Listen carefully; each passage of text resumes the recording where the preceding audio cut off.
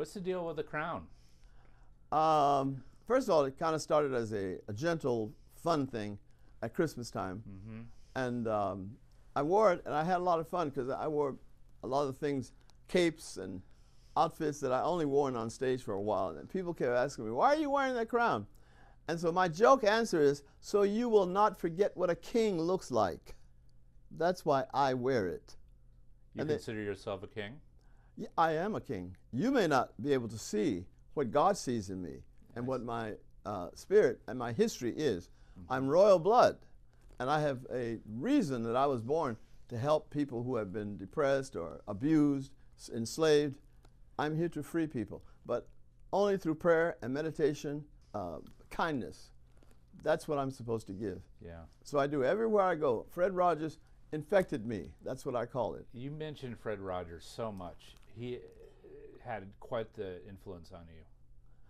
I consider him my surrogate father, and I lived with him for a short time. You did? Uh-huh. In and out of his house when I go from New York to Pittsburgh. Sometimes when I was in New York and I was very sad, I'd call him and we'd chat. He'd say, oh, Franz, why don't you just come out here and stay with us for a while? And I said, Fred, I don't even have the money to get a subway token to come out there. Oh, well, let's talk to Elaine, and we'll get you some cash. And that was my daddy. He bought me my first car. He sent me on my first real trip to Europe. I said I wanted to go and audition in Vienna and Munich and Berlin. He said, well, why haven't you gone? I said, Fred, do you know how much it costs? He said, no, how much does it cost? Because he had money, or he was yes, just clueless? Yes, he was a millionaire. Was he? Yes, from Latrobe, Pennsylvania. The beer people? No, bricks and factory, what do you call it, foundry. Yeah, he was an ordained minister? Yes, at the Pittsburgh Theological Institution. I went there with him just as a friend going. He would say, Franz, come and go with me. I've got to go to class tonight. And I used to kind of enjoy talking with them about what our lives were like back then, of course, and then what the Bible says we're supposed to do. Love your neighbor as yourself. Yeah. Love God above everything else. You know, you're talking about your surrogate father. He's white, you're black, yes. He's rich. I'm poor. I was born poor. I don't have a background, I don't have a legacy, and he has all of that. And plus he had blue eyes. Black people carry a certain spirituality, a certain awareness of other lifeness. I can't think of, but it's not just what you see and what you touch like that. And when I would go out to the seminary and talk with those guys, I began to understand color wasn't quite what I thought it was. What was it before? Well, it was white people being crude and nasty and abusive, raping our women, having children and not taking care of them, on, and bringing us over. They were on slave ships in the most foul conditions. Ay, ay, ay, ay, ay. And people survived. It's so amazing. And out of that pain came this incredible repertoire of American Negro spirituals. Yeah. I can't tell you how profoundly touching it is to me. So when I sing, I try to remind people, this is not a song to jump around and dance and clap your hands. This was agony. This was the pain of supreme rejection. And they were the ones who said, I believe in God. I still believe that there is a God. If God can free the people from Egypt, the Israelis, he can free us here in America. Right. Let's go way back, the Wayback Machine here. You were born in Birmingham. Yes. Your biological father was abusive. Yes. You left Birmingham and went to Youngstown, Ohio. Yes. Your mom remarried? Yes. Where did you have that? Yes. Well, he was my stepfather. She did marry him. I have one sister who was his daughter, biological daughter, with my mother. Yeah. And he never adopted me or my older brother and two sisters. And we always had a sense of friction that our stepfather should have been willing to adopt the children of his wife, and he was not. And so it proved to be a very difficult kind of insular rejection. It was terrible. He doesn't want me. He doesn't want to get married to my mother. He doesn't want me. What am I supposed to do? Where am I supposed to go? So when I remember in 1988, I was meditating, in New York City, and this whole aura of love and forgiveness came over me, and my stepfather appeared and said, "Please forgive me for what I've done." And I was in like a trance. "You're sorry for what you did?" He said he didn't know any better. No one had said to him, "I love you as you are." There are all these conditions on being masculine in the ghetto. And so he passed that on to me. And he said he didn't realize what a kind, loving person I am. And in this thing, he asked me, "Please forgive me." Fred Rogers encouraged me to go into therapy. I had a sharp tongue. And he said, "It's because you're angry. You're angry because you didn't get the love and the affection and the care that you wanted as a child." I was still angry. And I sat and thought about it. He's right. I'm very upset. I said, "Fred, maybe I'm ready to go back down to Tuscaloosa, Alabama, where my father had moved to, and see what he's like and talk with him." It was one of the best things that ever happened to me. Did he ever apologize? Oh, he was humble. Humble.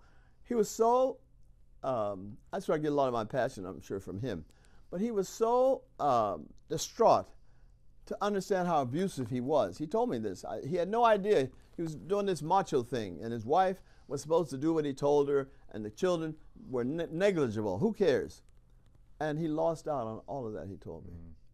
And speaking of macho, yeah, you were not macho as a child.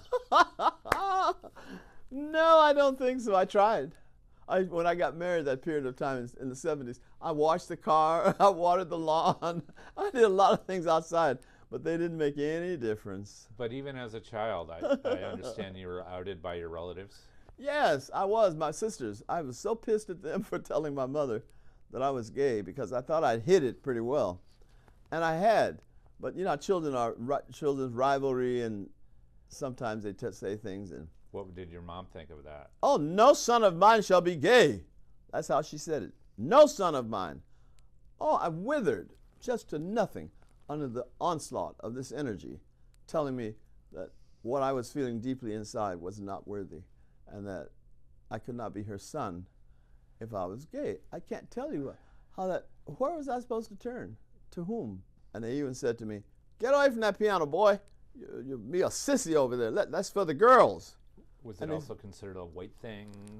Not so much white as the piano was sissy, but the white was the music that I was singing. Right. If I sang Ma Paris or Il mio tesoro, my teacher was teaching me to sing in Latin and in Italian, and eventually Schubert's Ave Maria in German and things like that. And they didn't want to hear it around the house.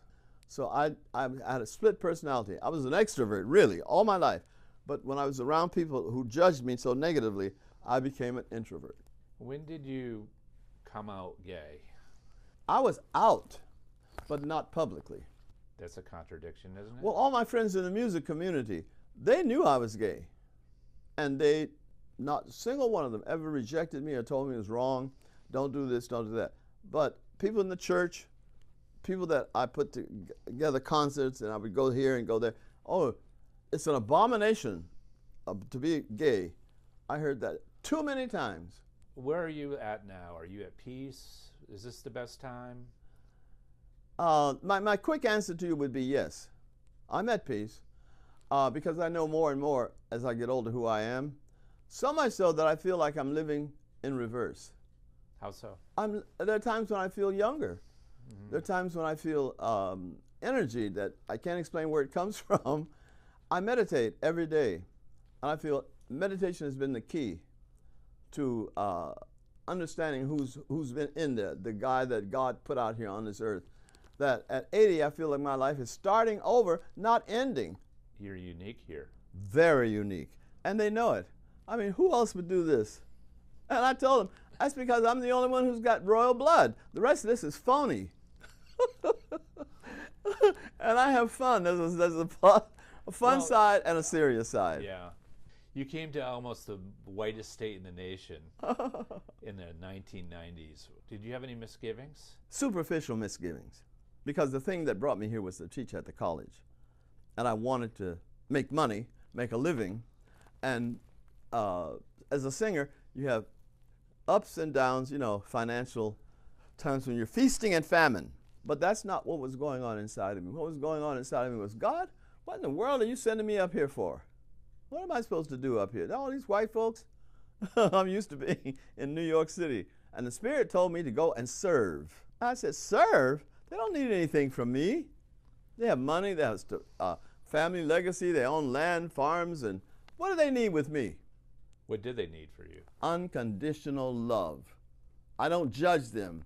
I don't say, you're a farmer, you're a farmer's son, you're a farmer's daughter. There's something less about you. And they need to hear that. You're still singing? Oh, please. Lord have mercy, yes. I'm going to sing until they put me in the box. It's a beautiful day in this neighborhood, a beautiful day for a neighbor. Would you be mine? Could you be mine? It's a neighborly day in this beauty wood, a neighborly day for a beauty. Would you be mine? Could you be mine? I have always wanted to have a neighbor just like you. I've always wanted to live in a neighborhood with you. So let's make the most of this beautiful day. And since we're together, we might as well say, would you be mine? Could you be mine? Won't you be my neighbor? Won't you please? Won't you please? Please won't you be my neighbor?